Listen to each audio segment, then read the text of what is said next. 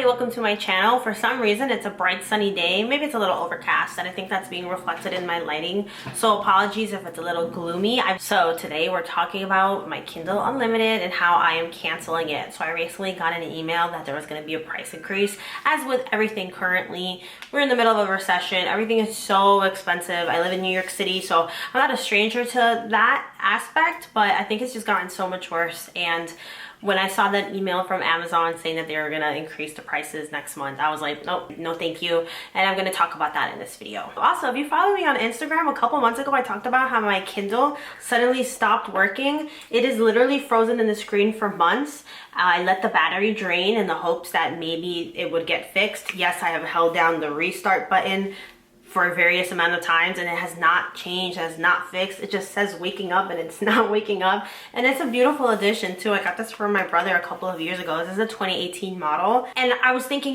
maybe, it's been a couple years. It's just the end of this Kindle, but my 2016 Kindle is still kicking.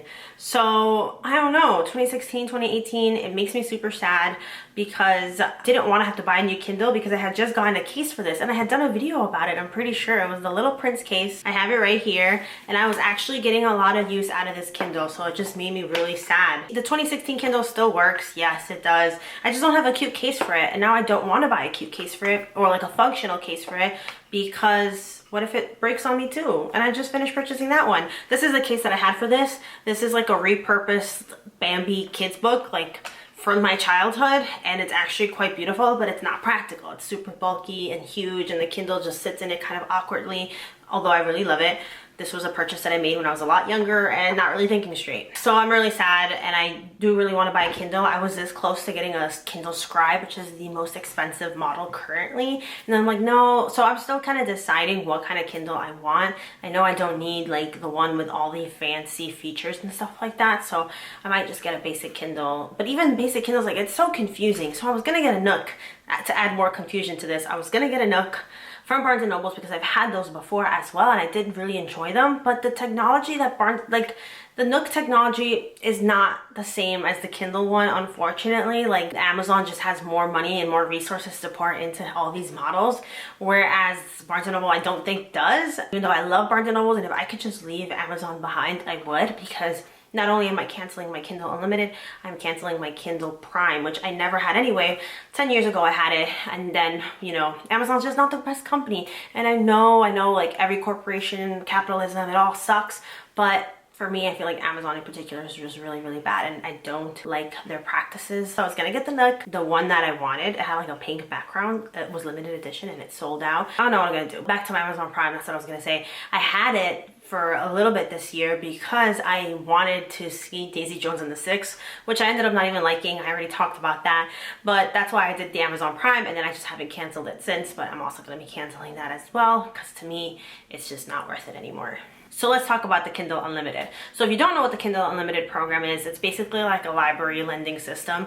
You pay a certain amount a month. It used to be $9.99 and you have like this giant database of books to borrow and you can keep them indefinitely in your library as long as you are paying that price every month or annually, because I think there are annual subscriptions. I'll get to that in a second because they did give me an offer when I was trying to cancel. I had the Kindle Unlimited on my Kindle for a while because when I first purchased my Kindle, they give you a good deal. It was like 6 months for $5 and I thought that was good. And when you cancel, they will always try to offer you like a counter deal, like, okay, hey, we'll give it to you at this amount, but I rather not even fuss with that. I really loved the Kindle Unlimited recently because I used it to read Ninth House and I use it to read a lot of like fluffy rom-com books, or like if you're looking for like steamy books, there's a lot of them there. A lot of them are like self-published, so sometimes I feel like the writing is not great, I'll be honest. Not that all self-publishing books are bad writing. Some of it is like you can tell the story is rushed and it's just basically about the smut, which is fine for some people. I like a proper build-up. I'm gonna cancel just because I'm trying to save money and this is an easy way of cutting it out,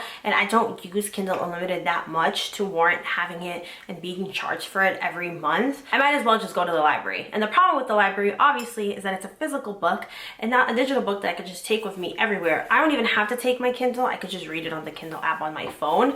And yes, libraries have digital ebooks that you can also borrow, but for my particular library branch, it takes forever. Like the wait times for these Kindle books, or these ebooks, I guess I should say, is like months and months and months, to the point where when I finally receive it, I forgot that I wanted it, or I've already gotten it from the library in a physical form. That's just a little bit quicker. For me, having the Kindle Unlimited subscription is not worth it when I can just quickly get a book and borrow it for free and then support my local library. So on May 11th, this is the email that I got. I'm going to read it to you. Thank you for being a Kindle Unlimited member. We are writing to let you know that the price of the monthly Kindle Unlimited membership increased from $9.99 to $11.99 on May 11th, 2023. The new price will apply to you after June 18th, 2023 on the date of your monthly renewal. Since the launch of Kindle Unlimited in 2014, we have grown our ebook catalog from 600,000 titles to over 4 million titles today, including digital magazine subscriptions and improved selection quality across genres. I agree. Kindle Unlimited members have unparalleled access to read as much as they want. Until July 31st, 2023, you have the option to lock in your current price, $9.99 a month,